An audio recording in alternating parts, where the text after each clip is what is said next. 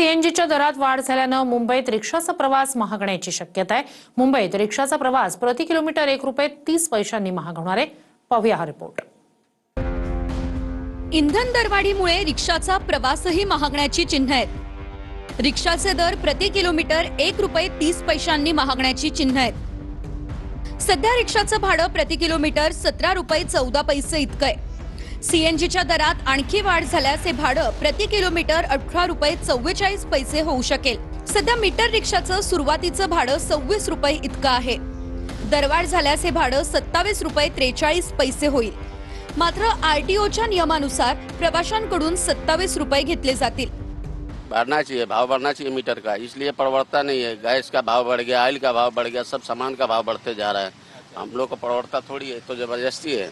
बढ़ना चाहिए ना, जब सीएनजी का दाम बढ़ा है तो इसका भी बढ़ना चाहिए ना। क्यों? जो सबका भाव बढ़ रहा है तो इसका भी बढ़ना चाहिए ना।